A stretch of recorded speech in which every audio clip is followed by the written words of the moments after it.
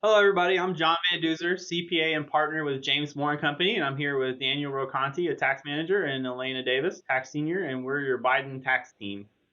So we're going to cover another video today on the updates on the Biden tax legislation, and then also any planning that you could do in the meantime before we actually know what's going to pass.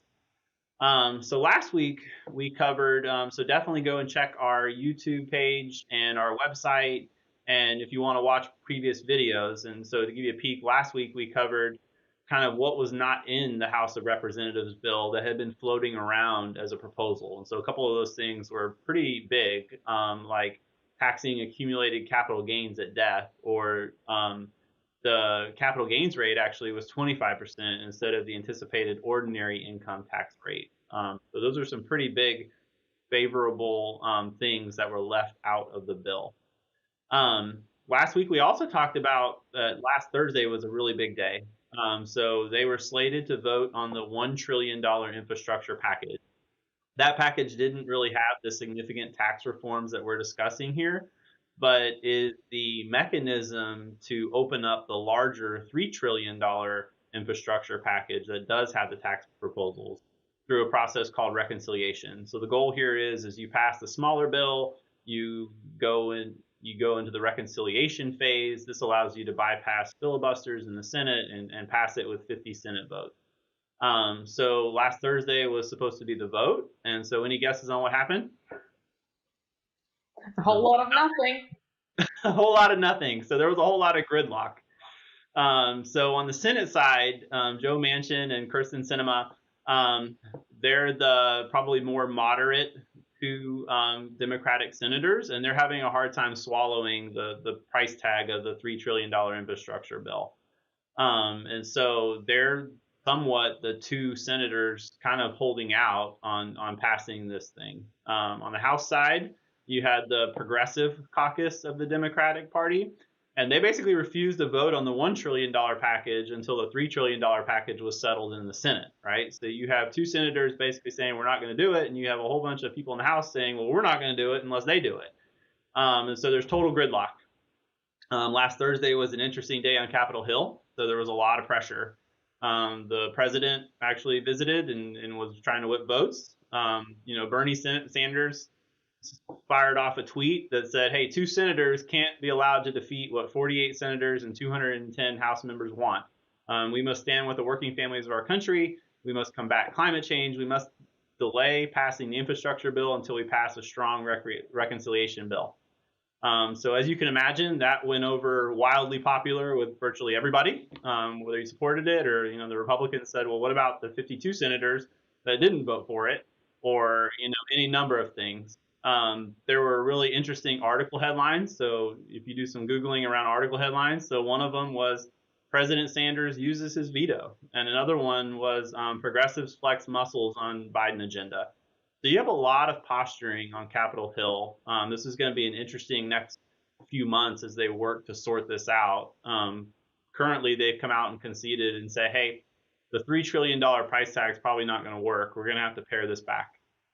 So don't know what that means from a spending standpoint. Don't know what that means from a tax policy standpoint. There was some speculations on an article I read this morning that maybe that's going to reduce or eliminate one of the provisions that they're working on, which is the SALT cap deduction. So currently there's a $10,000 cap on state and local taxes that favors states like Florida, where we don't have a state income tax rate, and it really hurts states like California or New York, which are also Democratic strongholds, where they do have really high state income taxes. And so the goal was to remove that, and they're saying, well, this could be one of those provisions that gets taken out to reduce the price tag of the bill. So we're still sitting at a point of uncertainty.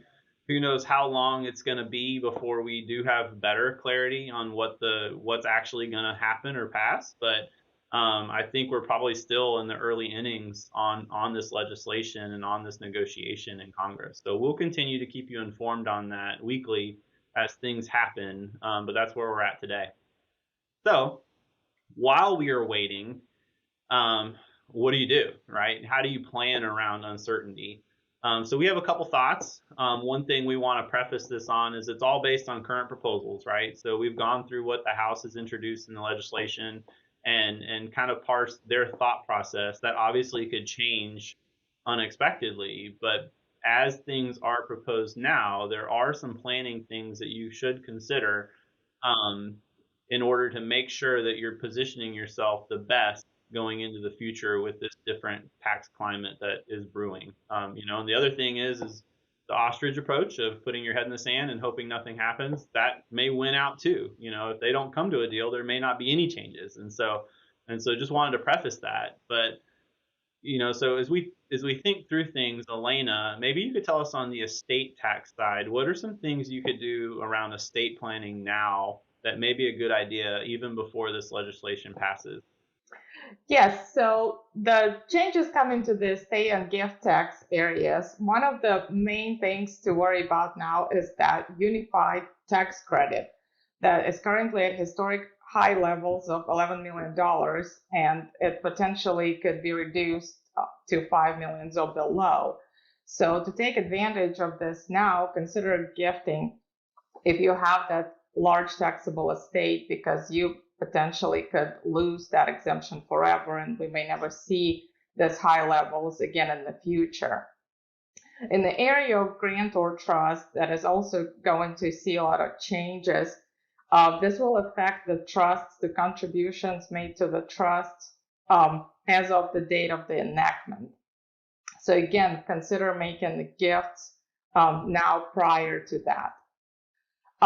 There are some changes coming to the valuation rules for certain non-business investments held by the entities, and to take advantage of this discount rules that currently in place, we need to again consider gifting now prior to the law taking place. Right. So we're basically in a use it or lose it climate, right? Where the exemption is going to be reduced by more than half.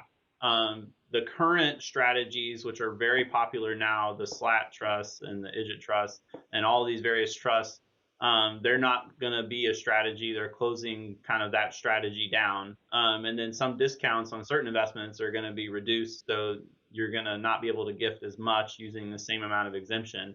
These things are slated to go away. So you're kind of in that use it or lose it mode. And so really you should think through if you think that this is something you want to do, time is maybe running out on whether or not you would be able to do it. On the income tax side, Daniel, what are some things to be thinking about?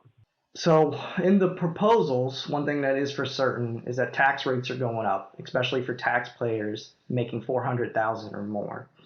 This brings a unique scenario for a lot of taxpayers where actually timing your expenses could be to your benefit, because you might want to increase your taxable income for 2021 and lower it for 2022 because your tax rates are going up in 2022. So one way of doing this is timing your deductions. So for 2021, you might actually want to kind of hold off paying those expenses until 2022, so that way you can lower your taxable income in 2022. Just make sure if you are doing this, that anything you're holding off is making sure that it is deductible or not limited under the proposed tax plan for 2022. Yeah, that's a big one. So, and this is an interesting climate where as tax planners, our number one playbook is defer, right? Take as many deductions and accelerate as many deductions and push that tax as far away as possible. And now we're in a scenario where we're saying, well, hey, maybe it's not a bad thing to speed it up because you'll pay a lower rate for taxes paid this year than next year. But you definitely want to be conscious of what you do to make sure that what you think will happen will actually happen, right? So if it's a deduction that's going to be limited in 2022, that's not going to do you any good. You need to take advantage of it in 2021. What are some other things to be thinking about? So one of the other tax rates increases is capital gains, going from 20 to 25%. While one of the things you can get taxed on that has to do with capital gains is installment sales. So this is basically when you receive money over time instead of receiving it all up front, multiple years, and so you're only taxed on what you receive. Well, with the increase in tax rate, those tax capital gains that you're going to receive in future years is actually going to get taxed at a higher rate. You can elect to basically get taxed all up front on your installment sales. You might want to consider that since your tax rate might be lower. Do realize the capital gain tax based on the proposed bill is actually going to be effective the date the bill's introduced. So that will be late 2021 and not until 2022. So do you have to consider when you basically did sell it, is it before or after the introduction date of the bill? Yeah, there's a lot to plan around that and a lot to think about, but there is perhaps some opportunity to minimize your taxes over the next few years by making these moves in 2021. So that's all the time we have today. Continue to join us. We'll be back next week with another legislative update and another deeper dive into this legislation. And we hope that this has been helpful for you guys. Thanks.